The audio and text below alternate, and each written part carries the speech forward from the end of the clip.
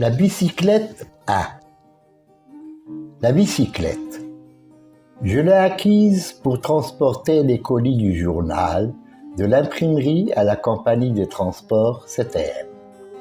Cet hebdo était alors confectionné d'une manière artisanale dans une ruelle de la vieille Médina de Casablanca, la rue de Traverse. J'empaquetais, ficelais, hop, à vélo jusqu'au lieu du quart. Puis, je revenais pour faire un deuxième, un troisième et quatrième voyage. Je rédigeais moi-même le journal sous le patronage d'un jeune homme qui connaissait l'arabe et la politique mieux que je ne conduisais mon vélo, au milieu de la foule dense de Delguinawa jusqu'à la place de France, pour y rassembler mes paquets dans une cellule du parti, comme une abeille diligente assemble son miel dans les alvéoles. Puis, je présentais le tout à la compagnie qui en assurait l'expédition au destinataire. J'étais content de ma bécane et satisfait des encouragements de mon mentor et de mes élèves aussi, qui, eux, m'aidaient, car j'étais également instituteur enseignant la grammaire arabe si ardue. Ma femme, elle, éduquait mes enfants, les élevait et faisait le marché. J'assurais quant à moi leur instruction bénévole à l'école privée où j'enseignais l'arabe et le français grâce à des méthodes pédagogiques que j'inventais et mettais en application. Parfois, je m'amusais à transporter. C'était ma partie de plaisir. L'un de mes enfants sur mon engin de la maison à l'école et, chargé de cahiers à corriger, ramener l'autre de l'école à la maison, laissant chaque fois à l'un des grands élèves qui habitaient près de chez nous le soin d'amener ou de ramener celui dont ce n'était pas le tour de m'accompagner. Je n'étais alors jamais fatigué et je trouvais même le temps de m'esquiver du logis pour aller le soir à vélo rejoindre allègrement mes amis à l'autre bout de la ville où nous restions parfois à deviser ensemble en entendant battre le cœur de la nuit jusqu'à ce que blancheur s'ensuive. Efface d'un seul éclat solitaire le safran et le rose de l'aurore. Je reprenais mon vélo et faisais le chemin de retour, jusqu'à la maison pour un coup de peigne et un rasage rapide.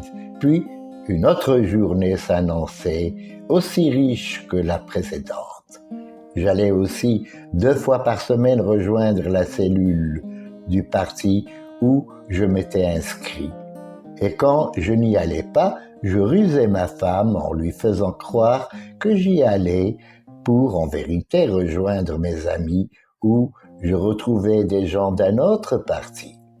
Malgré la haine partisane qui sévissait alors, nous nous considérions dans ce cercle sacré de l'amitié au-dessus de cette haine pour ne pas la laisser nous éclabousser. Mais les temps devenaient plus difficiles avec la cristallisation et le durcissement du mouvement de libération. La police colonialiste, plus féroce, et nous plus têtus, de hâter l'indépendance. En décembre 1952, un plumitif du colonialisme du nom de Camille Aymar allait déclencher le processus en tirant en grande manchette dans son chiffon nommé le Paris qu'il fallait en finir avec le syndicalisme tunisien parce qu'il était l'ennemi de la France. Ce titre lu au kiosque, je chevauchais mon vélo jusqu'au journal et rédigeais un papier ayant pour titre « S'il faut en finir avec quelqu'un, c'est bien avec Camille Aymar ». Quelques jours après, 2 ou 3 seulement, Farhat Hachad est assassiné dans les rues de Tunis. Le lendemain, les journaux nationalistes sont interdits et leur imprimerie mise sous scellé. À la nuit tombante, Des foules casablancaises du quartier des Carrières centrales font face aux chars français et sont abattus par milliers. Nuit rouge. Le surlendemain, je trempe la vigilance de ma femme, enfourche mon vélo et me dirige résolument vers la rue La Salle où se tient un meeting syndical. J'étais prêt à mourir, sans penser à la mort un seul instant. Les chars français encerclaient le lieu de rassemblement des travailleurs, faisant semblant de protéger ceux-ci contre tout danger venant de l'extérieur. Je descends de vélo, je le dépose à l'entrée avec des centaines de vélos solidaires, eux aussi, et traverse la foule jusqu'au bureau de l'état-major qui avait à sa tête un personnage dont les seules armes étaient les yeux et la voix, organe transmissif de sa volonté claire comme de l'eau de roche, et ferme comme le fer au milieu de la tourmente.